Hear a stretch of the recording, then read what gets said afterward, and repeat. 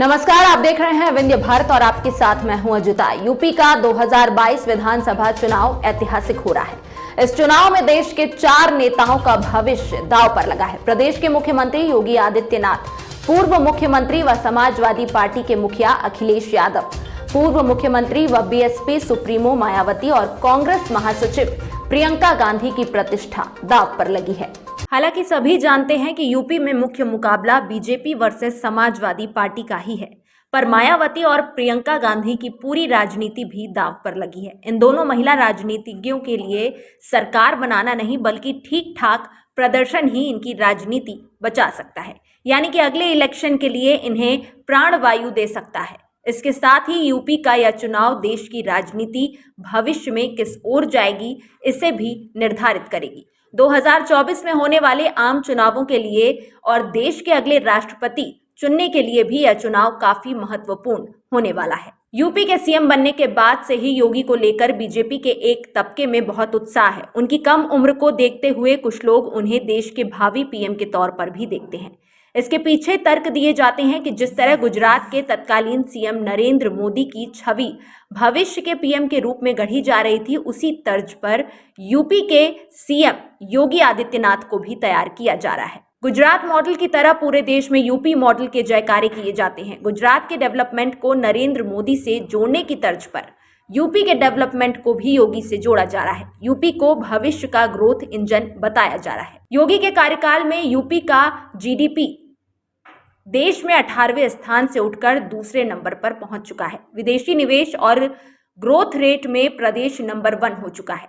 यह सब उसी तरह से प्रचारित और प्रसारित हो रहा है जैसे कभी गुजरात के तत्कालीन सीएम नरेंद्र मोदी को भविष्य का पीएम कैंडिडेट तैयार किया जा रहा था। दूसरी तरफ एक बात यह भी कही जा रही है कि बीजेपी में योगी को लेकर कुछ ठीक नहीं चल रहा है।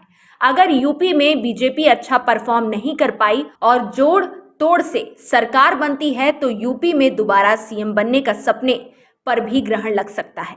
दोबारा सीएम नहीं बन पाने पर बीजेपी में पीएम कैंडिडेट के सपने को भी खत्म कर देगा।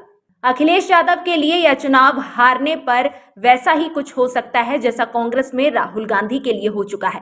लगातार चौथी हार उनके नेतृत्व में समाजवादी पार्टी के लिए घातक हो जाएगी। असंतोष के स्वर उभरेंगे और पार्टी के कोर वोटर्स का भी भरोसा खत्म होगा।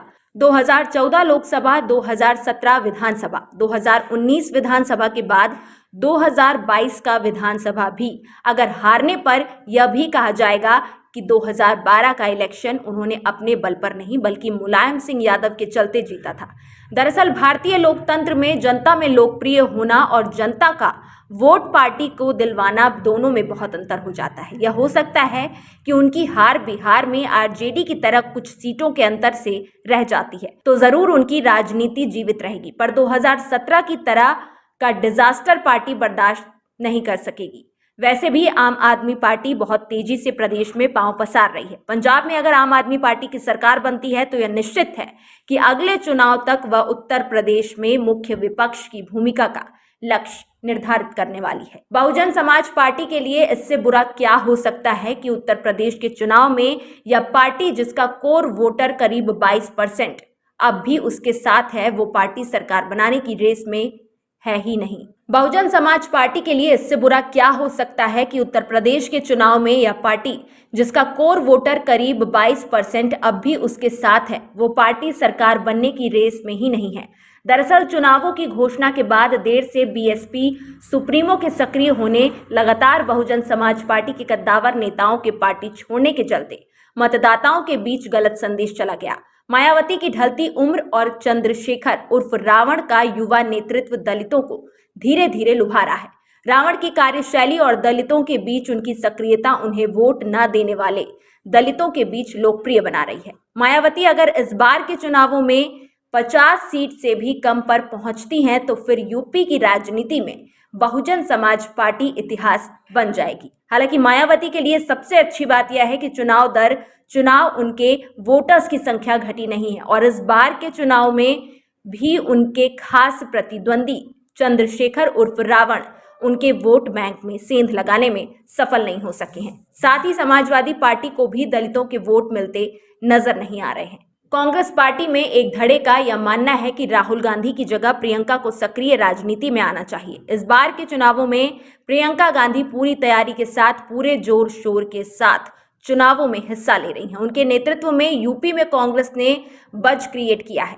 लड़की हूं मैं, लड़ सकती हूं का नारा देकर उन्होंने कांग्रेस के परंपरागत वोटरों को फिर से जिंदा करने की कोशिश की है। कांग्रेस के मैनिफेस्टो में महिलाओं के लिए अलग से किए गए बड़े बड़े वादों ने प्रियंका के पक्ष में माहौल तैयार किया है, पर अनुभव की कमी, पार्टी संगठन का कमजोर होना उनके फेवर में वोट देने का माहौल नहीं तैयार कर सका है। प्रियंका के नेतृत्व में भी अगर कांग्रेस सीटों का अर्धशतक नहीं पूरी कर सकी तो भारतीय राजनीति में कांग्रेस में नेहरू परिवार का यह ट्रम्प कार्ड खत्म हो जाएगा।